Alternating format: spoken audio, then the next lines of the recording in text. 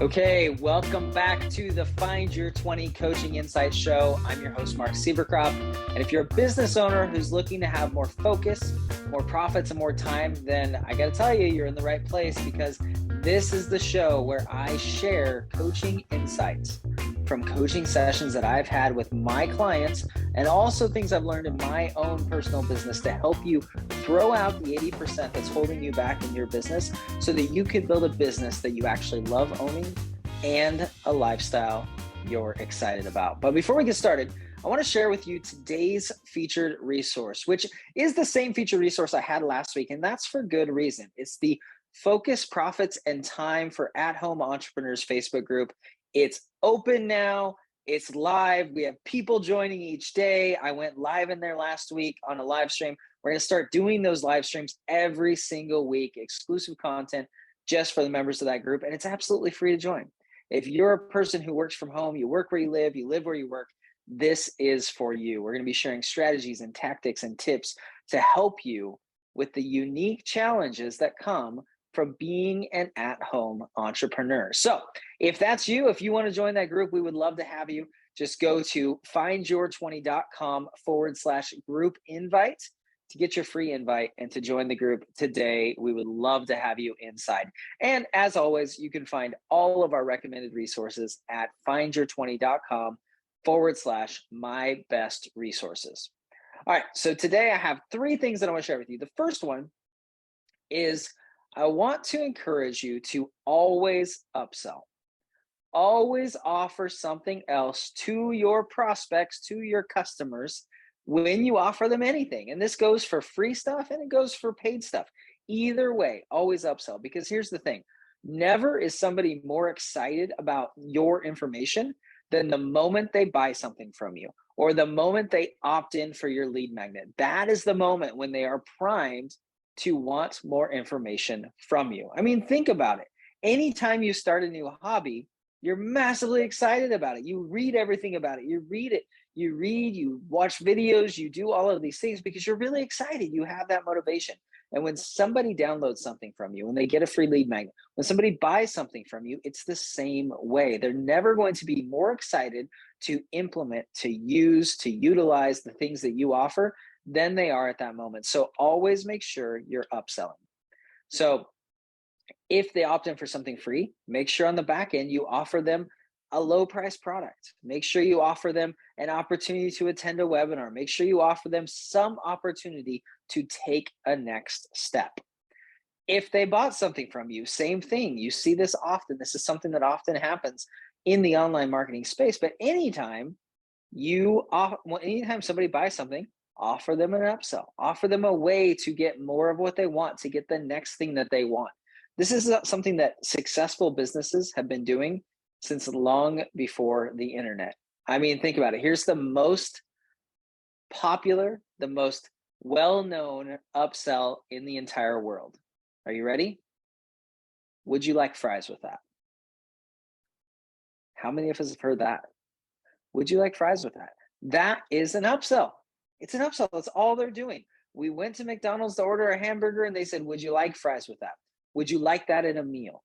It's an upsell. They're offering you more of what you want. They're offering you something to complement what you already purchased. And you as a business owner, regardless of what you sell, whether it's online, offline, whether it's a service or a product, offer something as an upsell. If you don't, you're not serving your clients as well as you could, and you're leaving money on the table. And both of those are very important. It's not just about the money. It's about serving your clients. If you have something that they would also like, it's your responsibility as a business owner to share that with them. So make sure in some way, shape, or form that you're offering an upsell. You can do this as a second page when they purchase or opt in. You can do this in the email sequence that they get following whatever it is that they buy or opt in from you. You can do it in ongoing emails. Those are the places that you want to offer upsells. Anytime you do an event, you want to have an upsell. Have something for somebody to take action on. And it doesn't always have to be paid. Sometimes it's a free thing. But whatever it is, help them to take that next action, because that next action will help them get the result they want, will help them to be happier with the service that you're providing, and will help them to want to be more engaged with you, which is really what we want as business owners. We want our customers, our clients to be engaged with us. We want them to continue coming back and to learn from us and interact with us and ask questions and get feedback and want support. And you do that by having a habit of offering something as an upsell, of upselling them to the next step in the journey. Will all of them take it? No, they won't. Some of them will. And that's very important, which brings me to number 2, which is very similar.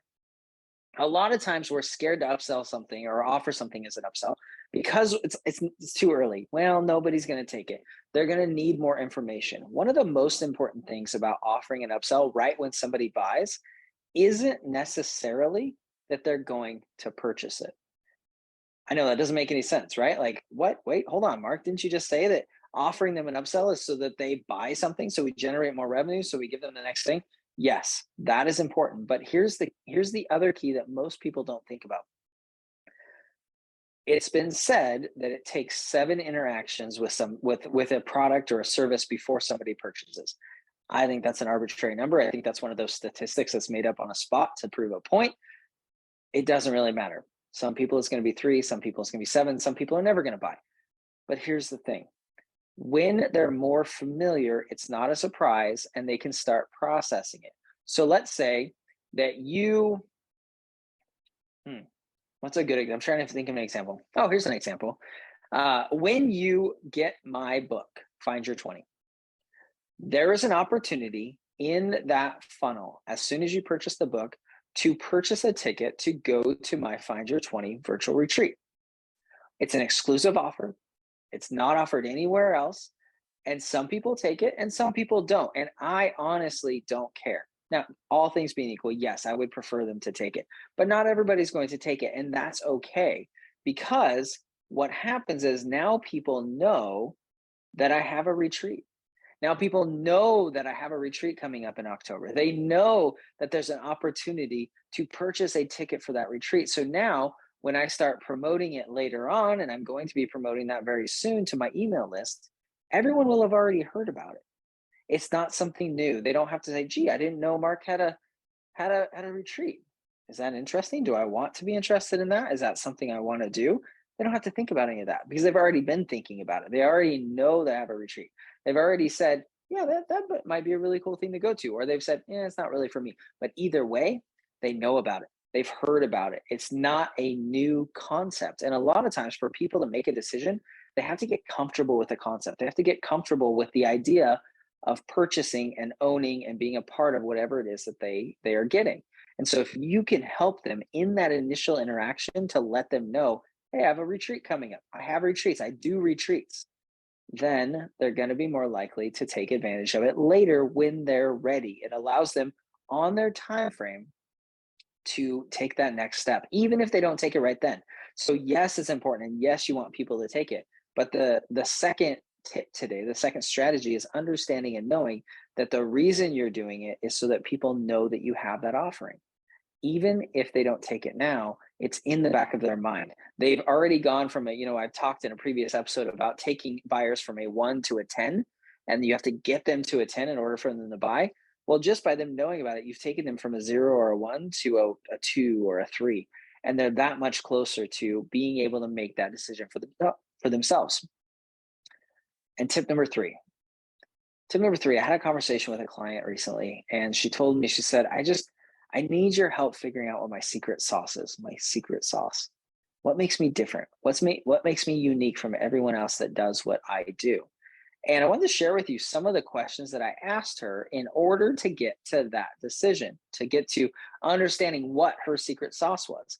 And I believe that each of us have something that's very unique about us. And so I said, okay, well, what are the things that your clients, the people that you work with, compliment you on? What are the things that they say, man, that was really awesome? What are the things that people leave reviews about? What are the things that really get you fired up? What are the things that really upset you or get you fired up because other people don't do it or other people misunderstand it or they're teaching something that's actually detrimental to your clients? And asking those types of questions helps you to discover what your secret sauce is, what makes you unique. What are the things that your clients are noticing about you? Is it the way that you serve them? Is it the way that you ask questions? Is it the way that you present your products or services? Is it the feeling they get when they read your emails? All of these things, if you start looking back and seeing what people say about you, you'll start to recognize what they recognize as your secret sauce, which gives you a very, very good start, a very good foundation on identifying exactly what that secret sauce is. And then the other questions, finding out what are the things that upset you? What are the things in your industry, in your niche, in your area of the world that, and by area of the world, I mean like your product, your service, your, whatever it is that you do. What upsets you? What frustrates you? What gets you fired up? And that's something that will identify what is special about you as well. What is different about you? Maybe it's, I'm trying to think of an example. Maybe, as an accountant, you really get annoyed when people talk about how they only talk to their accountants during tax time, because you believe that a relationship with your clients throughout the year makes for a better relationships, allows you to do better as an accountant.